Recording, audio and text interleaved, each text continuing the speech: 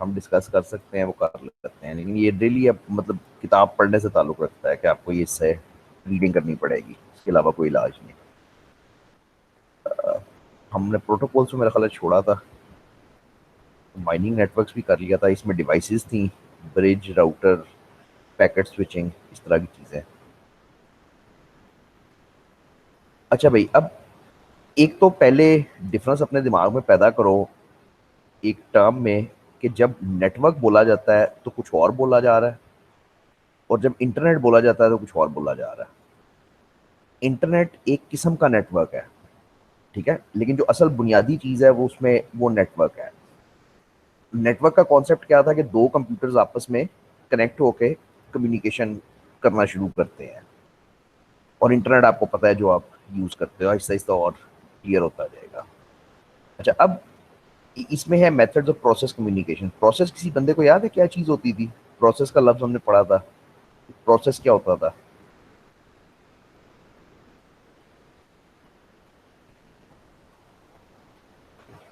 हमने जब operating systems पढ़ रहे थे तब हमने प्रोसेस पढ़ा था, ठीक है। प्रोसेस होता था एक प्रोग्राम इन एग्जीक्यूशन।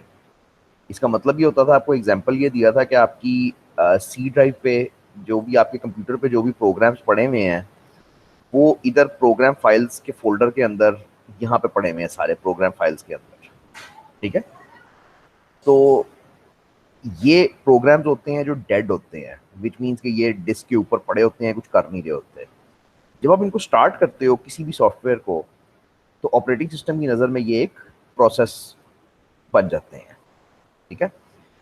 अब इन प्रोसेसेस को आपस में बात करनी होती है, कम्युनिकेट करना पड़ता है, ठीक है। स्पेशली जब तुम नेटवर्क की बात करो तो फिर ये है ना कि एक प्रोसेस एक कंप्यूटर पे चल रहा है, दूसरा प्रोसेस दूसरे कंप्यूटर पे चल रहा है, तो इनको आपस में आईपीसी करनी पड़ती है, इंटर प्रोसेस कम्युनिकेशन करनी पड़ती है। ज्यादातर मॉडल्स जो चलते हैं उनको क्लाइंट सर्वर मॉडल्स कहते हो, ठीक है। कि कॉन्सेप्ट ये है कि अब आपको सर्वर का कॉन्सेप्ट आपके दिमाग में ना सॉफ्टवेयर का होना चाहिए। ज्यादातर जो मॉडल्स चलते हैं वो क्लाइंट सर्वर मॉडल्स होते हैं। इसमें यह है कि client process on one system talks to a server process on another system. जब ये लफ्ज बोले जाते हैं ना क्लाइंट और सर्वर, तो आपके दिमाग में हार्डवेयर नहीं आनी चाहिए, आपके दिमाग में सॉफ्टवेयर आनी चाहिए। क्लाइंट भी एक प्रोसेस है जो रन हो रहा है, और सर्वर भी एक प्रोसेस है जो रन हो रहा है, एक प्रोग्राम है, एक सॉफ्टवेयर है जो रन हो रही है। अ, अब ज्यादातर ये होता है कि क्लाइंट और सर्वर्स दो डिफरेंट कंप्यूटर्स पे होते हैं, तो उनको आपस में बात करनी पड़ती है, ठीक है। वो इंटर प्रोसेस कम्युनिकेशन के जरिए से करते हैं। तुम जब एलएमएस की स्क्रीन पे जाते हो तो तुम्हारी वो जो स्क्रीन है वो क्लाइंट होती है, वो जिस जो एलएमएस की विंडो है जिस पे तुम काम करते हो वो क्लाइंट है। जब तुम यूजर नेम पासवर्ड दे के उसको ओके करते हो, लॉग इन करते हो, तो वो जाहिर बात है यूजर नेम पासवर्ड भेजा जाता है वीयू के सर्वर को, ठीक है। अब वो इंटरनेट के जरिए, नेटवर्क के जरिए उसको, जो तुमने डेटा क्लाइंट पे दिया है, यानी क्लाइंट का प्रोसेस जो तुम्हारे कंप्यूटर पे चल रहा है, वो बात करता है सर्वर प्रोसेस से जो किसी वीयू के किसी कंप्यूटर पे चल रहा है, और फिर वो आपस में कम्युनिकेट करना शुरू करते हैं। तो ज्यादातर मॉडल जो है, मतलब most of the internet is based on client server model. थोड़ा सा सोच के देखना है इसके बारे में कि जितनी वेबसाइट्स या जितना तुम एप्लीकेशन यूज करते हो वो सब क्लाइंट सर्वर मॉडल पे चलती हैं। तुम क्लाइंट होते हो, या तुम्हारी सॉफ्टवेयर जो जो तुम यूज कर रहे हो वो क्लाइंट है, और उस वो किसी सर्वर से कांटेक्ट करती है और फिर उसके थ्रू काम करना शुरू करती है। तो ये मतलब ये सॉफ्टवेयर हैं, प्रोग्राम्स हैं जिनके थ्रू आप काम करते हो। एक और मॉडल इंटरनेट पे चलता है,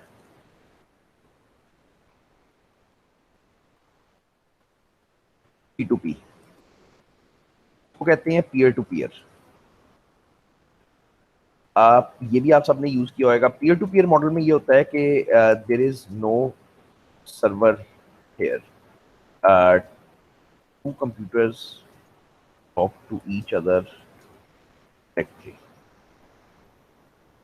मेरे ख्याल में 99% काम जो तुम इंटरनेट पे डेली करते होगे ना वो क्लाइंट सर्वर होएगा।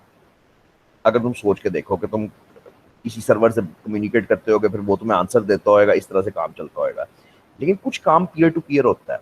पीयर टू पीयर में ये है कि कोई सर्वर नहीं है, दो कंप्यूटर्स आपस में डायरेक्टली कनेक्ट करते हैं और कम्युनिकेट करना शुरू करते हैं। इसमें जो सबसे इसकी सिंपल एग्जांपल है समझना, वो चैट एप्लीकेशन है। अब चैट एप्लीकेशंस में सर्वर होता है, ज़रूर होता है, लेकिन मतलब वो एक्टिव नहीं होता। जब मैं और आप चैट करना स्टार्ट करते हैं तो हम दोनों, हमारे दोनों कंप्यूटर्स डायरेक्टली आपस में कनेक्ट होते हैं और कम्युनिकेशन अपनी स्टार्ट करते हैं। और सबसे बड़ा इसका एग्जांपल टॉरेंट्स है। जब टॉरेंट्स से चीज़ें या फाइल्स डाउनलोड करते हो तो वो P2P है। तुम डायरेक्टली किसी दूसरे बंदे के कंप्यूटर में घुस के उसकी फाइल्स उठा रहे होते हो। और इसी तरह से अगर तुमने कोई टॉरेंट की सॉफ्टवेयर इंस्टॉल की हुई है तो तुम्हारे कंप्यूटर से भी कोई ना कोई फाइल्स उठा रहा होता है हर वक्त, ठीक है। अब वो अगर कभी टॉरेंट का टूल चलाओ तो वो आपको बता रहा होता है कि इतनी अपलोड चल रही होती है और इतनी डाउनलोड चल रही होती है। टॉरेंट का कॉन्सेप्ट ये है कि अगर मैं टॉरेंट का सॉफ्टवेयर अपने कंप्यूटर पे करूं तो अब कोई भी पीयर टू पीयर तरीके से कोई भी डायरेक्टली मेरे कंप्यूटर से कनेक्ट करके वो फाइल्स उठाना शुरू करता है। ये रिस्की होता है, P2P हमेशा रिस्की होता है। P2P में ये है कि दरमियान में कुछ सर्वर नहीं है जो कंट्रोल कर सके कम्युनिकेशन, जो देख सके, तो इसलिए ये हमेशा थोड़ा सा रिस्की चलता है। तो दो मॉडल्स हैं भाई, क्लाइंट सर्वर मॉडल और P2P peer to peer model जिसके ऊपर आप काम करोगे। तो अगेन इन चीज़ों को प्लीज़ सॉफ्टवेयर की तरह समझना शुरू करो। तुमने कंप्यूटर साइंस की डिग्रियां करनी है तो तुम ये क्लाइंट्स और सर्वर्स बनाओगे, ठीक है। विच मीन्स के मतलब तुम ये सॉफ्टवेयर लिखोगे जिससे ये क्लाइंट और सर्वर चलेंगे। तो क्लाइंट और सर्वर में ये सिंपल कॉन्सेप्ट है कि सारे क्लाइंट्स कनेक्ट करते हैं सर्वर को, और पीयर टू पीयर में ये है कि दोनों कंप्यूटर्स डायरेक्टली कनेक्ट होते हैं without any need of a server, ठीक है। और इसकी कुछ एप्लीकेशंस हैं, कुछ एग्जांपल्स हैं, वो देख लेना बस। वैसे बेसिकली यही हैं जो मैंने बताए हैं।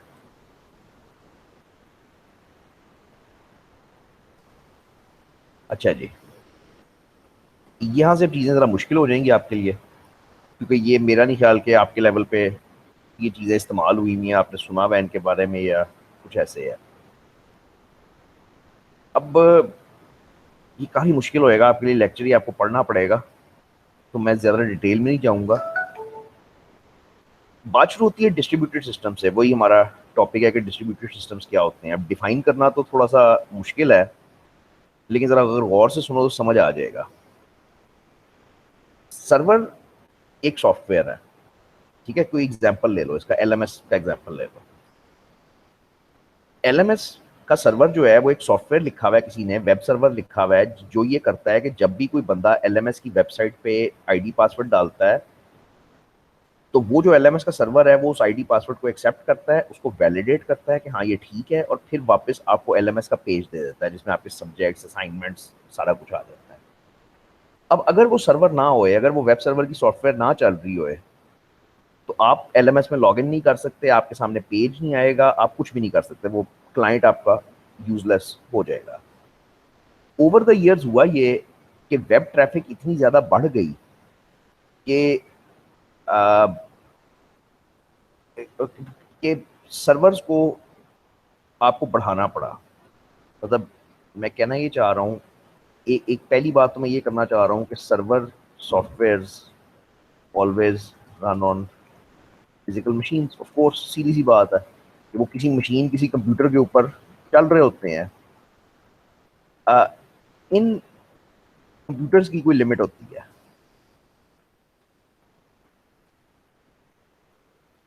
ठीक है। जैसा तुम्हारे कंप्यूटर की एक लिमिट है कि इसके ऊपर पता नहीं, अगर मैं 100 प्रोग्राम चला दूं तो वो बैठ जाएगा, वो फंस जाएगा, मतलब उसकी मेमोरी खत्म हो जाएगी, CPU फंस जाएगा। एक एक कोई ना कोई हद, कोई ना कोई फिजिकल लिमिट होएगी।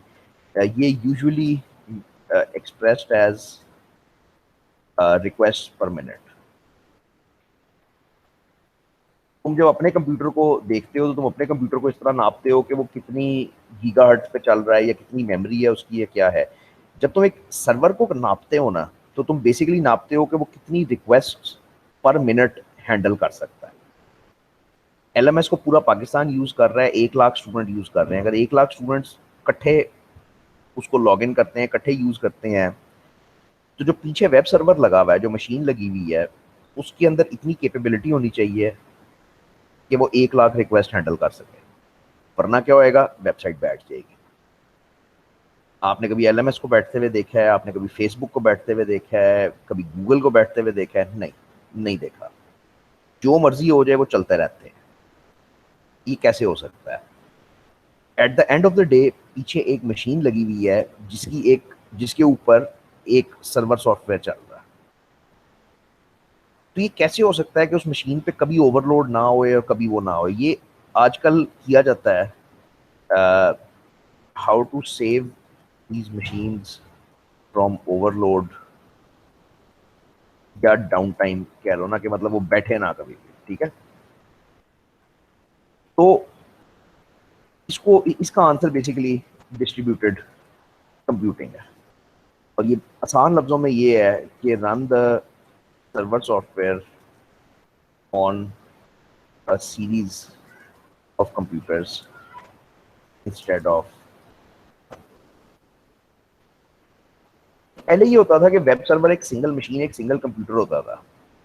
तो उसको जब कुछ होता था, उसकी जब तबीयत खराब होती थी, तो पूरी वेबसाइट बैठ जाती थी, पूरी एप्लीकेशन बैठ जाती थी। जाहिर बात है, कुछ आप कर ही नहीं सकते उसके ऊपर। तो अब इंट्रोड्यूस की गई डिस्ट्रीब्यूटेड कंप्यूटिंग, जिसमें ये होता है कि आपकी एक सॉफ्टवेयर, एक LMS जो है, वो LMS का जो सर्वर है वो 100 कंप्यूटर्स पे चल रहा होता है, 100 सर्वर्स पे चल रहा होता है, और बाकी ऐसे होता है। ठीक है, तो अब इसमें कॉन्सेप्ट ये है कि अगर आपका एक आधा वेब सर्वर खराब भी हो जाता है, ओवरलोड भी हो जाता है, तो वो सारा लोड उसके ऊपर डिवाइड हुआ होता है। अच्छा, इसी को this is also called cluster computing. Cluster का लफ्ज जो है ना, उसका मतलब ये होता है, cluster is a group of computers running the same software. तो बजाय इसके कि हम एक कंप्यूटर के ऊपर चला के उसके ऊपर रिलाई करें, हम एक क्लस्टर के ऊपर अपनी सॉफ्टवेयर इंस्टॉल करते हैं, 10 सर्वर्स के ऊपर इंस्टॉल करते हैं, और अब हम करते हैं लोड बैलेंसिंग।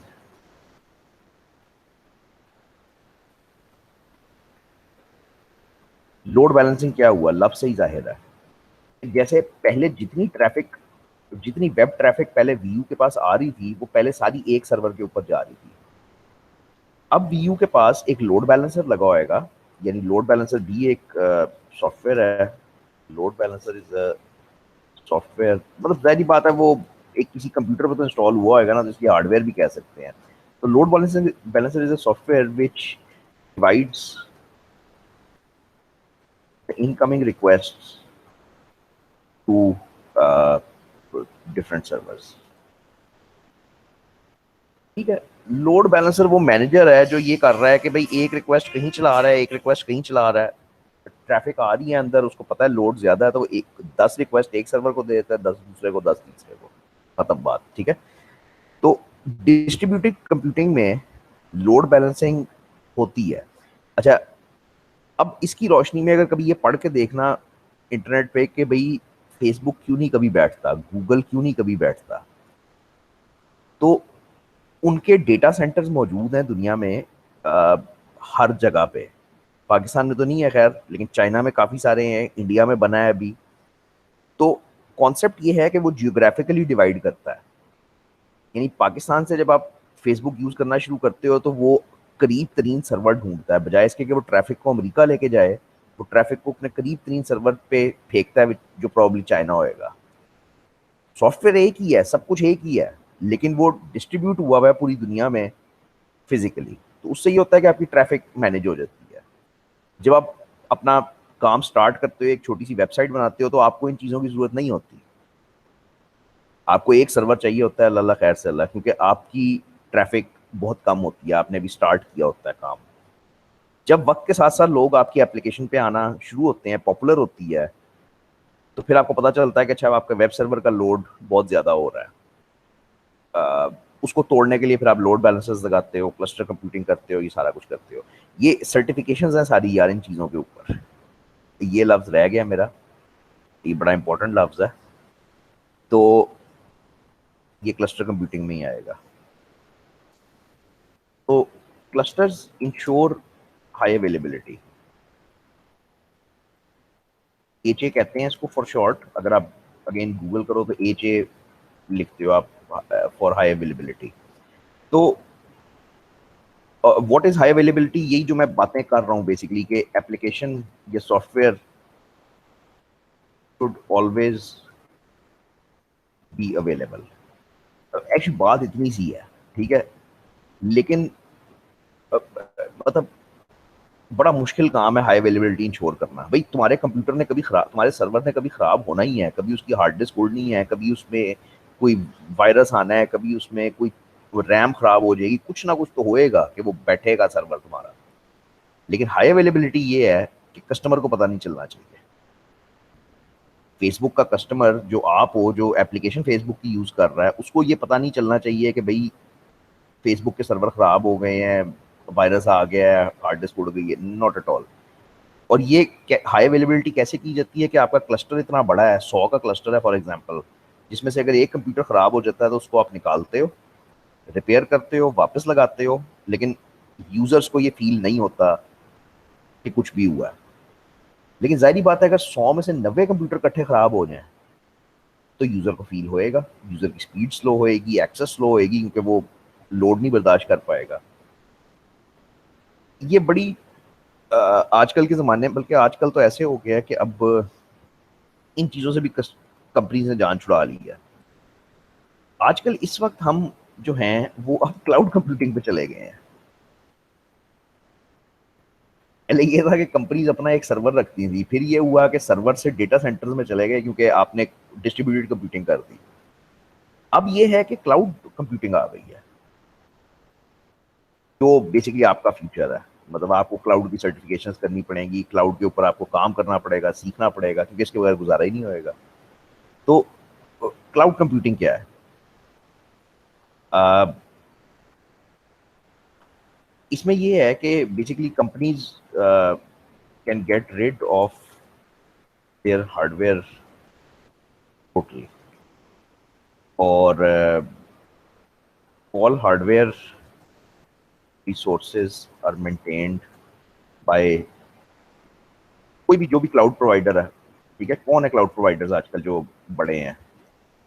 तीन ही हैं, वही AWS अमेजोन का, गूगल का और माइक्रोसॉफ्ट का। जो तीन ही क्लाउड्स हैं जो बड़े हैं इस वक्त। ठीक है,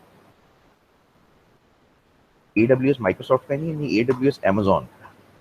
AWS जो है वो अमेजोन का है। ये तीन बड़े इस वक्त दुनिया में क्लाउड प्रोवाइडर्स मौजूद हैं। ये क्या कहते हैं?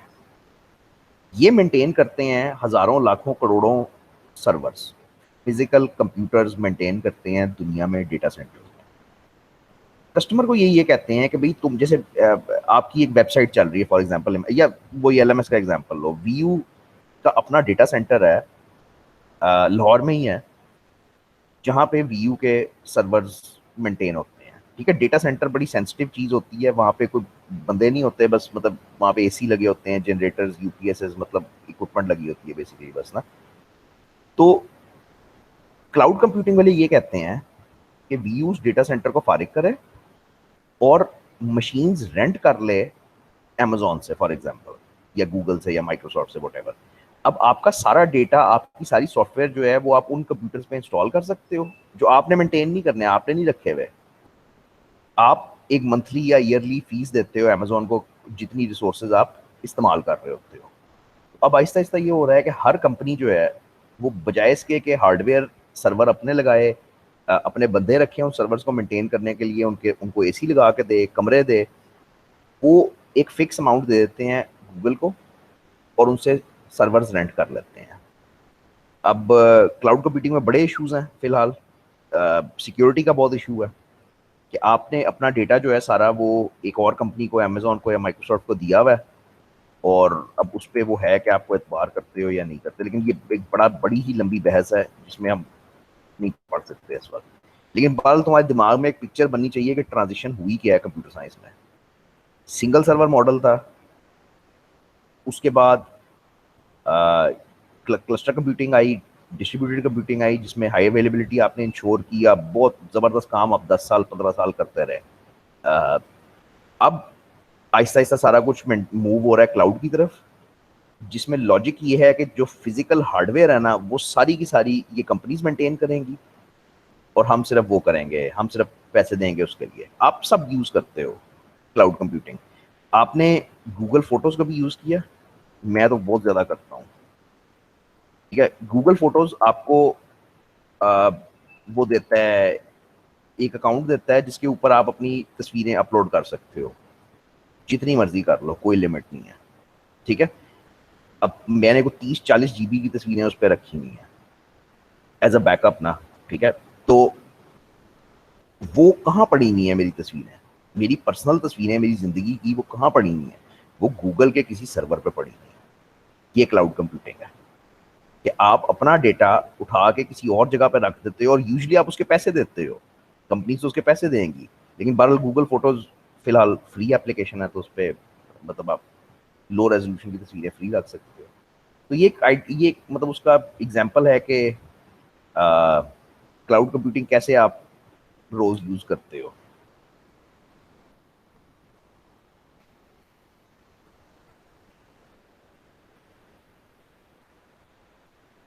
uh, इसको क्या करना है ये आपको पता है सब कुछ। इंटरनेट कहाँ से आता है? तो अपने घर तक इंटरनेट लेके आओ, कहाँ से आता है? तो इंटरनेट है क्या? इंटरनेट बेसिकली सिर्फ एक कम्युनिकेशन मैकेनिज्म है, एक कम्युनिकेशन का रास्ता है जिस पे डेटा ट्रांसफर हो रहा है। आईएसपीज आपको ये देती हैं। आपका आईएसपी कौन सी है? Probably PTCL. वो कंपनी जिसने आपको इंटरनेट प्रोवाइड किया है उसको आईएसपी बोलते हैं, खत्म बात। हर हर मुल्क में हर जगह पे 2-3 किस्म के आईएसपीज होते हैं, उनको टीयर 1, टीयर 2, टीयर 3 में डिवाइड करते हैं। ज्यादातर ये है कि हर मुल्क में एक या दो टीयर 1 आईएसपीज होते हैं। ये वो होते हैं जो दुनिया से इंटरनेट लेके आते हैं, जो दुनिया के साथ आपको कनेक्ट करते हैं। ये पाकिस्तान में पीटीसीएल है। ठीक है, यानी पीटीसीएल के पास वो गेटवेज हैं जिनके थ्रू वो पाकिस्तान के अंदर एंट्री लेता है। अच्छा, उसके बाद आगे से मैं और आप एक कंपनी बना लेते हैं, एक आईएसपी बना लेते हैं कि हम नेटवर्क तो पीटीसीएल का ही है, तो हम उनसे उनको रेंट देते हैं कि भाई हम तुम्हारा नेटवर्क इस्तेमाल करेंगे और उस पर हम अपने पैकेजेस अपनी सर्विसेज देते हैं। तो हम उसके नीचे आ गए, टीयर 2 हो गए, फिर हमसे भी छोटा हो सकता है कोई हो, वो टीयर 3 हो गया, सो ऑन। तो आईएसपी बेसिकली वो हैं जो आपको इंटरनेट प्रोवाइड कर रहे हैं। कुछ भी नहीं है इसमें, सिंपल रीडिंग है, कर लेना, बिल्कुल कुछ नहीं है। अच्छा जी, यहाँ से अब चीज़ ज़रा टेक्निकल हो जाती है, काफ़ी टेक्निकल हो जाती है एक्चुअली। तो इंटरनेट एड्रेसिंग कैसे चलती है? तो सिंपल करने के लिए जो बेसिक मैकेनिज्म है वो आईपी एड्रेस है। ठीक है, यानी each computer connected to the internet is allotted an IP address. Internet protocol address इसको कहते हैं। शक्ल ये होती है कि चार नंबर्स पर मुश्तमिल होता है। कैसे लिखूं? डॉट चार, चार। ठीक है, made of 4 numbers each between 0 and 255। IP address तुमने देखा होगा, वो इस शक्ल का होता है 23.234.120। कुछ इस किस्म की शक्लों के आईपी एड्रेसेस होते हैं। अच्छा, अब गेम क्या है? As soon as you connect to the internet, तुम इंटरनेट पे कैसे कनेक्ट करते हो? अपने मोडेम या राउटर के थ्रू। जैसे ही तुम कनेक्ट करते हो, हमारा आईएसपी के पास maintains a pool of free IP addresses।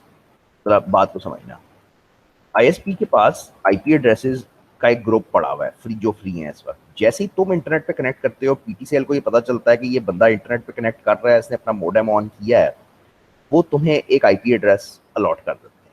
ठीक है, you are given IP from this pool. अब वो यूनिक एड्रेस है। ठीक है, now this is your unique address on the internet. इसमें अगर आपको इंटरेस्ट हो, जानना चाहते हो, तो आप इधर से जान भी सकते हो। आप कह सकते हो माय पब्लिक आईपी।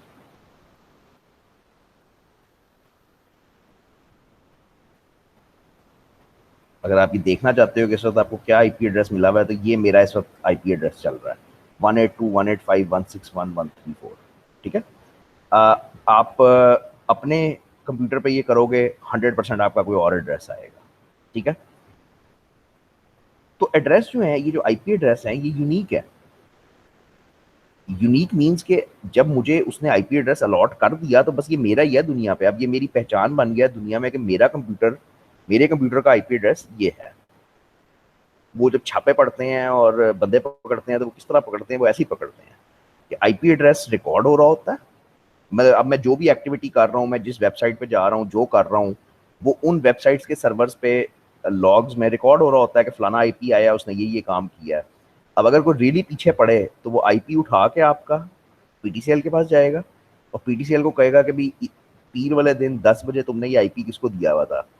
पीटीसीएल उसको फिजिकल एड्रेस बताएगी कि भाई ये फलाना एड्रेस पे मॉडेम लगा हुआ है, उसने ये आईपी एड्रेस लिया था। फिर पुलिस आपके घर तक पहुंचती है। लेकिन अगर कोई करना चाहे तो जारी बात है, इतना टाइम नहीं किसी के पास कि कोई इसको ऐसे ट्रैक करे। लेकिन अगर आप कोई हैवी सा फ्रॉड कर रहे हो और आपका आईपी ट्रैक हो गया है, कहीं पे लिखा गया है, लॉक किया गया है, तो ये काम होते हैं। लोग वीपीएन क्यों यूज करते हैं? वीपीएन बेसिकली सिर्फ ये करता है कि वो आपके आईपी को मास्क कर देता है। वीपीएन सॉफ्टवेयर ये करती हैं कि आपका आईपी जो नजर आ रहा होता है कि भाई ये समनाबाद के फलाने घर से चल रहा है, वो उसको चेंज कर देती है।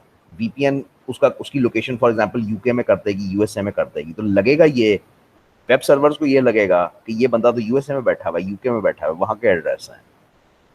तो वो मतलब वीपीएन तुम्हें ज्यादातर मिलेंगे हैकर्स यूज करते हुए, या कुछ जो 2 नंबर काम कर रहा है, पैसे चोरी करने की कोशिश कर रहा है, वो वीपीएन लाजमी यूज करेगा। और वो इसलिए करेगा कि वो अपने आईपी एड्रेस को सेफ रखना चाहता है। तो IP address is your identity, पहचान है तुम्हारी ऑन द इंटरनेट। अब जैसे में बहुत सारी चीजें हैं, लेकिन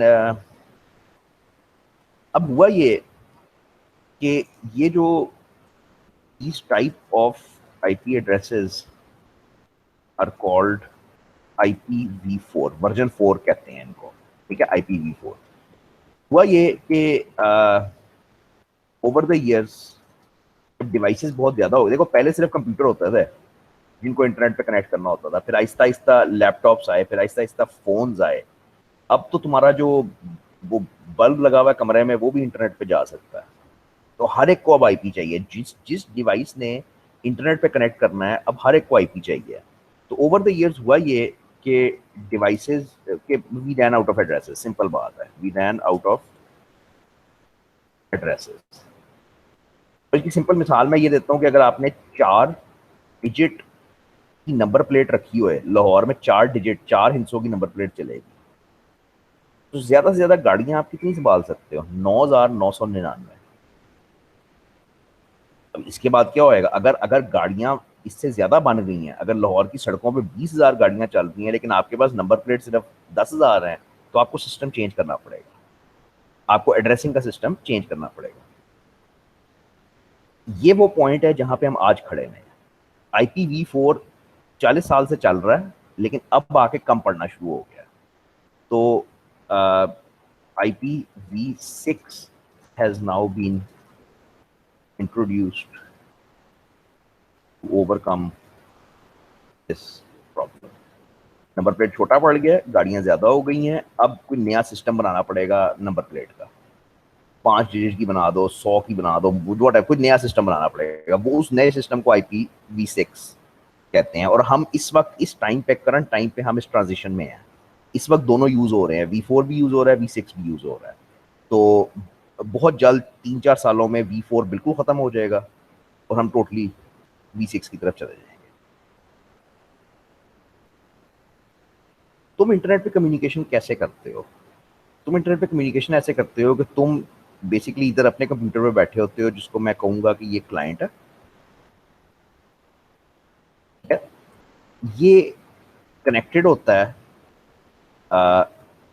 इंटरनेट के साथ, बल्कि ऐसे भी ना करो, इसको कनेक्ट करो आईएसपी के साथ। ये कनेक्ट होता है अपनी आईएसपी के साथ, ठीक है।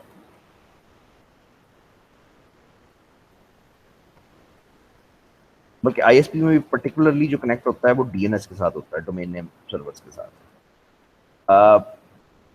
अब जब आप अपने कंप्यूटर में बैठ के लिखते हो vulms.vu.edu.pk, तो ये क्लाइंट कंप्यूटर एक रिक्वेस्ट भेजता है, एक ये यूआरएल की एक रिक्वेस्ट भेजता है, ठीक है। ये रिक्वेस्ट किसको जाती है? जाहिर बात है तुम कनेक्टेड ही सिर्फ अपने आईएसपी को हो, पीटीसीएल को हो, वारिद को हो, जोंग को, जिसको भी हो, तो अपने आईएसपी को कनेक्टेड हो। आईएसपी के पास एक कंप्यूटर लगा होता है जिसको डीएनएस कहते हैं, डोमेन नेम सर्वर। इसके ऊपर ये लिखा होता है, इसके ऊपर सिर्फ दो चीजें होती हैं कि डोमेन नेम क्या है और उसका आईपी क्या है। एक टेबल बना होता है, एक टेबल की तरह समझ लो बिल्कुल, जिसमें ये लिखा होएगा कि भाई जब कोई ये वाली डोमेन लिखेगा, ये वाला यूआरएल लिखेगा, यानी vulms लिखेगा, तो vulms किस आईपी एड्रेस पर पड़ा हुआ है। फॉर एग्जाम्पल इस पे ये लिखा होएगा कि vulms पड़ा हुआ है 1.2.3.4, कोई भी जो भी आईपी एड्रेस है उसका। भाई जब तुम लिखते हो vulms मुझे चाहिए, तो तुम्हारी रिक्वेस्ट जाती है तुम्हारे आईएसपी के पास। आईएसपी ये देखता है कि भाई ये जो नाम इसने लिखा है, ये जो लफ्ज इसने लिखे हैं vulms, ये है कौन, क्योंकि इंटरनेट तो आईपी के ऊपर चलता है, आईपी एड्रेसेस के ऊपर चलता है। तो वो इसको ट्रांसलेट करता है कि अच्छा इसका आईपी ये वाला पड़ा हुआ है, फिर आपको कनेक्ट कर देता है उस टारगेट कंप्यूटर के साथ, जो भी वो एलएमएस का सर्वर होएगा। अब एलएमएस का सर्वर पे वो सॉफ्टवेयर चल रहा होता है जो आपकी रिक्वेस्ट पकड़ता है, फिर आपको आंसर देता है, और ये सारी कम्युनिकेशन चलती है, ठीक है। ये आपका एक क्लिक है, बाय द वे, ये एक सिंगल क्लिक है कि जब आप एलएमएस के ऊपर एक सिंगल क्लिक मारते हो तो वो रिक्वेस्ट आईएसपी के पास गई, आईएसपी ने ट्रांसलेशन की, उसने हिसाब लगाया कि ये दुनिया में कौन सा कंप्यूटर है, फिर आपको उस कंप्यूटर से कनेक्ट किया, फिर उस कंप्यूटर ने देखा कि आप मांग क्या रहे हो, उसका आपकी रिक्वेस्ट है क्या, और फिर उसने वो फाइनली पेज जो था एलएमएस का, वो इन तारों के ऊपर डाल के पेज वापस आपकी तरफ पहुंचा दिया, ठीक है। इंटरनेट चलना है सिर्फ और सिर्फ आईपी के ऊपर, ठीक है। लेकिन हम याद रखते हैं डोमेन नेम्स, ठीक है। इंटरनेट कैन ओनली वर्क, नंबरों पे चलता है ना सारा काम, यूनिक नंबरों पे, तो internet can only work of IP addresses, इसके अलावा कोई रास्ता नहीं है। तो डोमेन्स कहाँ से आ गई, ये कहाँ से आ गया, बट वो हमारा मसला है, but humans can not remember numbers like this, बस ये मसला है। So we are given domain names to remember, ठीक है। हमें कह दिया जाता है कि भाई google.com याद कर लो, बजाय इसके कि तुम 8.4.4.4.4 याद करो, जो गूगल का एक डीएनएस सर्वर का एड्रेस है। तो इंसान को ये एड्रेसेस याद नहीं रहते, इसलिए हमें डोमेन नेम्स बना के दे दिए जाते हैं। लेकिन हर डोमेन नेम के पीछे ज़ाहिरी बात है आईपी एड्रेस है, वरना ये काम नहीं चल सकता। आखिरी बात इसमें शायद आपकी बुक में ये ना होए, आपको इतना तो समझ आ गया होगा कि every time we connect to the internet we are given a new IP by our ISP. ISP के पास उस वक्त जो आईपी एड्रेस अवेलेबल होता है वो आपको पकड़ा देता है। ये जरूरी नहीं है कि हमेशा सेम रहे। आपने आज मॉडेम बंद कर दिया, रात को सुबह दोबारा ऑन किया, तो जरूरी नहीं है आपको वही आईपी एड्रेस मिले जो कल मिला था। उसके पास एक पूल ऑफ एड्रेसेस मेंटेन्ड है, उसमें से जो फ्री होता है वो उठा के वो आपको अलॉट कर देता है, और पीछे लॉक कर रहा होता है, लिख रहा होता है कि कौन से वाला मैंने किसको अलॉट किया। Web servers do not like this. ये जो एलएमएस के सर्वर्स हैं या जो भी सर्वर्स हैं, इनको ये बात अच्छी नहीं लगती कि इनको बार बार डिफरेंट एड्रेस दिया जाए। रीजन क्या है? रीजन सिंपल है। Reason is that every time to get a new address, all DNS tables have to be refreshed. Slow process, बस और कोई मसला नहीं है। मसला कोई नहीं है सब कुछ ऑटोमेटेड। लेकिन अगर एलएमएस का आज एड्रेस कुछ और है, कल कुछ और है, तो पाकिस्तान में जितने आईएसपीज के पास डीएनएस टेबल्स पड़ी हुई हैं उन सारों को अपडेट करना पड़ेगा ना कि यार ये अब 1234 नहीं है, अब एड्रेस कुछ और हो गया है। तो therefore servers usually like to buy an IP. इसको आप स्टैटिक आईपी कहते हो, भी सुना हो तो। यानी सर्वर्स को ये पसंद नहीं आती बात कि भाई हर दफा हमारा एड्रेस चेंज कर देते हो, ये बात हमें पसंद नहीं आती। तो सर्वर्स साल की एक फीस देते हैं पीटीसीएल को कि भाई हमारा ये 1234 जो है ये फिक्स कर दो, हमारा ही है। इसका वो रेंट देते हैं साल का। तो वो चीज स्टैटिक आईपी कहलाती है। The IP me and you use जो चेंज होता रहता है, इसको डायनेमिक आईपी कहते हैं।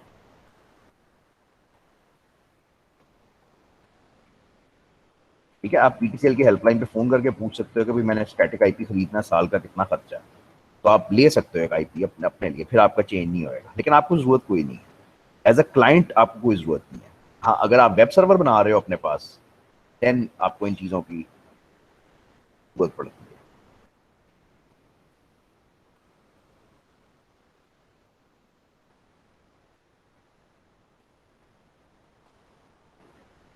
डोमेन नेम्स जो अ, जैसे google.com है या VULMS लो जरा, vulms.vu.edu.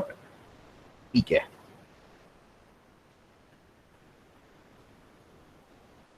इसमें इसको राइट टू लेफ्ट पढ़ा करो। राइट का मतलब है कि ये जो सबसे एंड पे जो डोमेन का हिस्सा है ना, यानी जो पीके लिखा हुआ है, ये आपका वो है, इसको टीएलडी कहते हैं, टॉप लेवल डोमेन।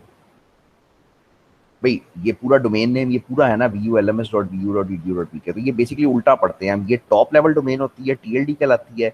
ये सेकंड लेवल डोमेन होती है। तो बेसिकली ये बता क्या रहा है, ये इसको ऐसे पढ़ते हैं कि ये पाकिस्तान में है वेबसाइट, ये एजुकेशनल वेबसाइट है, ये वीयू की वेबसाइट है, और इस पर्टिकुलर वेबसाइट का नाम VULMS है। वीयू की काफ़ी सारी वेबसाइट्स हैं, डेट शीट की अलग है, अटेंडेंस की अलग है, एग्जाम्स की अलग है, एलएमएस की अलग है। तो वो टॉप लेवल डोमेन से आप आहिस्ता आहिस्ता आहिस्ता आहिस्ता नीचे की तरफ आते हो।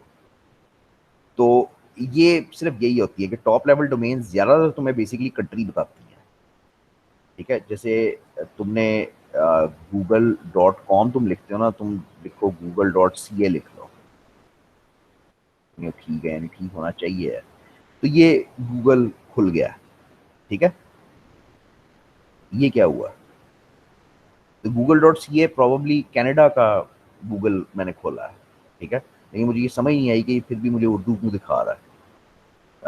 खैर बहरहाल, मतलब गूगल कंट्री स्पेसिफिक है ना, मतलब आप इस तरह से। तो टॉप लेवल डोमेन बेसिकली आपको बताती है कि आप किस कंट्री के अंदर हो। ज्यादातर ये 2 लेटर्स का होता है और आपको बताता है कंट्री कौन सी है। ठीक है, हाँ, ये लिखा भी हुआ, CA फॉर कनाडा और AU फॉर ऑस्ट्रेलिया। और फिर आहिस्ता आहिस्ता जैसे जैसे नीचे आते हो, राइट टू लेफ्ट जाते हो, तो top level domain, second level domain, third level domain, वो फिर आहिस्ता आहिस्ता आपको स्पेसिफिक करती जाती है कि आप किधर जा रहे हो। डीएनएस की हमारी बात हुई, डीएनएस सर्वर्स की बात हुई, आईएसपी कैसे ट्रांसलेट कर रही है उसकी बात हुई। ठीक है, ठीक है, लो भाई, काफ़ी टेक्निकल था काम। ठीक है, चल जाएगा कुछ। हो भी है, सो गए हो? है सर जी है। मैं क्या करूं, ये है ही ऐसा मुसीबत, ये सारा थ्योरी है, इसका बंदा कुछ कर नहीं सकता। सारा ही थ्योरी है, थोड़ा सा जाके आगे प्रैक्टिकल होता है, लेकिन बाकी ये सारा ही थ्योरी है। ओके सर जी। लो भाई, मेरी मदद करो फिर। इसको अब मैं क्या आपको करवाऊं? मैंने आपको प्रोटोकॉल पिछली दफा लफ्ज का मतलब समझाने की कोशिश की थी, याद है किसी को? प्रोटोकॉल क्या होता था? तो पिछली दफ़ा हमने पढ़ा था कि नेटवर्क की कुछ टोपोलॉजीज होती थी, बस टोपोलॉजी, स्टार टोपोलॉजी, वो था, यही दो पढ़ी थी मेरा ख्याल है। उसके बाद पढ़े थे प्रोटोकॉल्स। प्रोटोकॉल्स होते थे सेट ऑफ रूल्स जो किसी भी कम्युनिकेशन को गवर्न करते हैं, ठीक है। आप जो प्रोटोकॉल सारा दिन इस्तेमाल करते हो उसको कहते हैं HTTPS, HTTP। आप सारा दिन जो प्रोटोकॉल इस्तेमाल करते हो वो ये है आप ज्यादातर HTTP और HTTPS इस्तेमाल करते हो। S का मतलब यहाँ पे सिक्योर होता है, तो ये ताला बना होता है छोटा सा। तो HTTP का जो प्रोटोकॉल है ये क्यों इस्तेमाल होता है? ये इस्तेमाल होता है वेब पेजेस ब्राउज करने के लिए, बस दैट्स इट। ये जो हाइपर टेक्स्ट ट्रांसफर प्रोटोकॉल है इसका काम सिर्फ ये है कि अगर आप इंटरनेट पे पेजेस ब्राउज कर रहे हो, इंटरनेट पे ब्राउजिंग कर रहे हो, तो जो टेक्निक चल रही है या जो सेट ऑफ रूल्स चल रहा है जो इसको कंट्रोल कर रहा है ट्रैफिक को सारी को, उसको HTTP कहते हैं। अच्छा, अगर आप स्पेसिफिकली किसी फाइल सर्वर के ऊपर काम कर रहे हो तो FTP प्रोटोकॉल चल रहा होता है, फाइल ट्रांसफर प्रोटोकॉल। ये अगर आपने भाई ये थोड़ी सी कंफ्यूजन होती है। आप कहते हो कि भाई हम तो फाइलें अपनी वेबसाइट से डाउनलोड कर लेते हैं, तो बेसिकली जब आप किसी वेबसाइट से फाइल डाउनलोड करते हो तो आप HTTP के जरिए से ही फाइल डाउनलोड कर रहे होते हो, लेकिन HTTP बना उसके लिए नहीं है। HTTP बना वेब पेज ब्राउजिंग के लिए है। FTP एक सिक्योर प्रोटोकॉल है जो बना ही फाइल ट्रांसफर के लिए है। अगेन ये एक दो में नहीं होएगा, लेकिन अगर आप मतलब ये नहीं यूज किया होता लोगों ने, प्रॉब्लम ये है, लेकिन ये होता है यूज। तो FTP अगर आप वैसे FTP ब्राउजर्स पे यूज नहीं करते लेकिन कर सकते हैं। FTP वैसे ज्यादातर ब्राउजर्स पे यूज नहीं होता, लेकिन आप इस तरह से अगर आपको कोई FTP वेबसाइट पता है तो आप फॉर एग्जांपल ये, अब पता नहीं ये है या नहीं,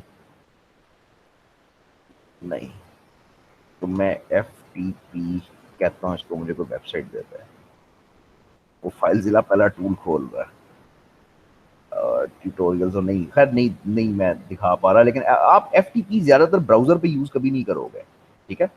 ये आप यूज करोगे सॉफ्टवेयर पे जो आपके फाइल जिला है, SCP है, इस तरह की जो वो है। तो फाइल्स जब सिक्योरली ट्रांसफर करनी है तो उसका प्रोटोकॉल FTP चलता है।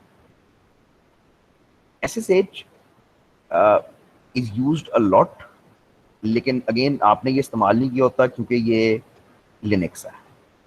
लिनक्स के सर्वर्स को कनेक्ट करने के लिए आप SSH प्रोटोकॉल इस्तेमाल करते हो। विंडोज में यही काम टेलनेट से हो जाता है। विंडोज में टेलनेट प्रोटोकॉल है जिसके जरिए से, टेलनेट की डेफिनेशन ये है कि when you access a computer from a remote location, यानी मैं अगर घर बैठ के अपने ऑफिस वाला कंप्यूटर एक्सेस करूं, तुमने टीम व्यूअर वगैरह का तुम्हें पता है ना कि टीम व्यूअर एक सॉफ्टवेयर है, एनीडेस्क एक सॉफ्टवेयर है, वो सब टेलनेट की बेस पे चलते हैं। लेकिन SSH स्पेसिफिकली लिनक्स के सर्वर्स के ऊपर चलता है कि वो लिनक्स के सर्वर्स को कनेक्ट करने के काम आता है। ईमेल पे आगे पूरा लेक्चर है, वॉइप पे आगे पूरा लेक्चर है, और स्ट्रीमिंग पे भी आगे पूरा लेक्चर है, आगे जाके देखेंगे, या आई गया बल्कि। तो ईमेल को बंदा क्या पढ़ाए इस जमाने में?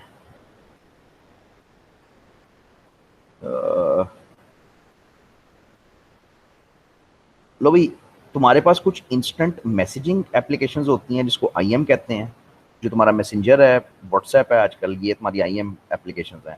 और तुम्हारे पास ईमेल है। ईमेल ज़रा डिफरेंट है। वो डिफरेंट इसलिए होता है कि ये P2P होता है मैसेजिंग जो है, और ईमेल जो है वो ज़्यादातर वो होती है सर्वर बेस्ड होती है। तो ईमेल सिस्टम्स कैसे चलते हैं? ये दो या तीन प्रोटोकॉल्स के ऊपर चलते हैं। एक को कहते हैं POP3 प्रोटोकॉल, से बनता है पोस्ट ऑफिस प्रोटोकॉल। दूसरा कौन सा है? SMTP, simple mail transfer protocol. और आजकल इन दोनों को कंबाइन करने की कोशिश है जिसको IMAP प्रोटोकॉल कहते हैं। ये बेसिकली तीन उसके ऊपर चलता है। अब ये चार चीजें, चार लफ्ज लिखे हुए हैं इधर, मैं क्या करूं इसको?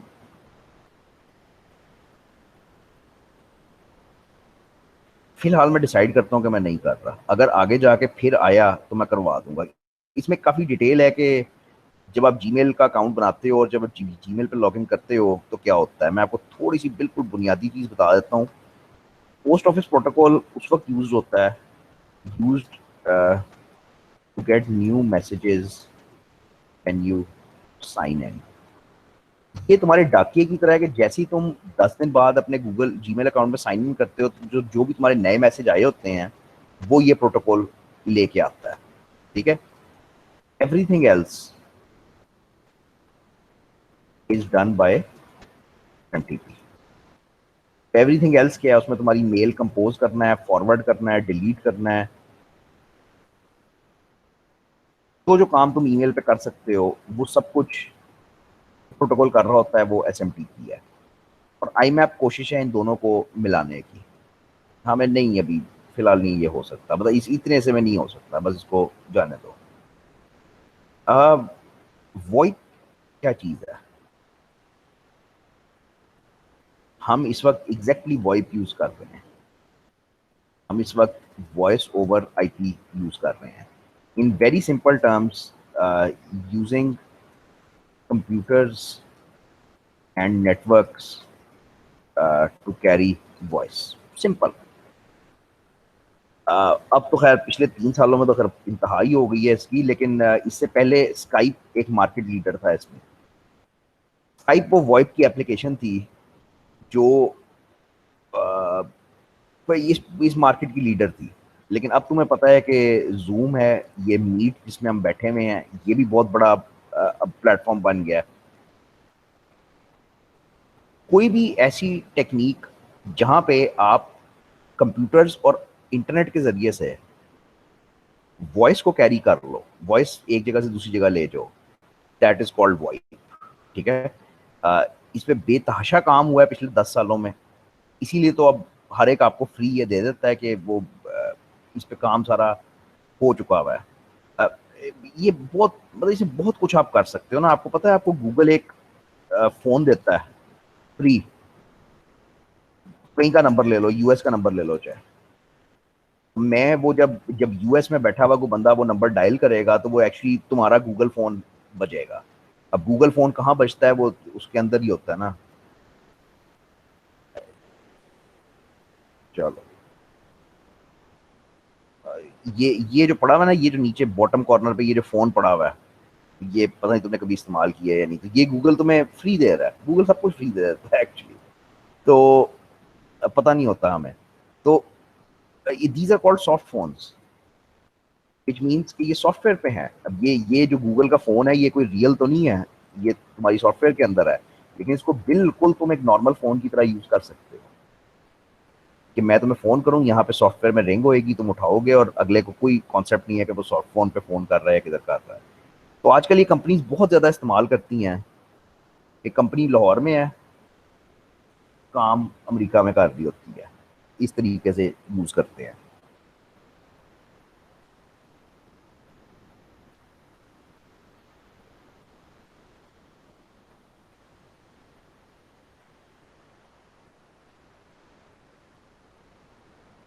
हैं बातें वैसे कुछ करने वाली, लेकिन मैं थोड़ा 1 मिनट देना मुझे, मैं देखना चाह रहा हूँ करना क्या है।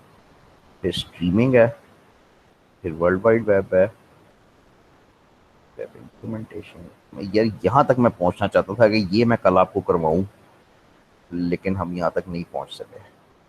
चलो कोई नहीं, चलेगा। थोड़ा थोड़ा सा हिस्सा है, मैं कल कंप्लीट करूंगा, थोड़ा सा हिस्सा रहता है, कल कंप्लीट करूंगा इंशाल्लाह। कल ही है ना, हाँ कल ही है, कल है हम 10:30 बजे यार, प्लीज। क्या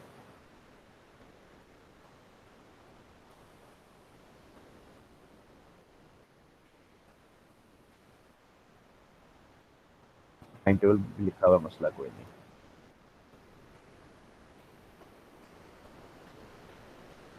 लो जी, पूरे 5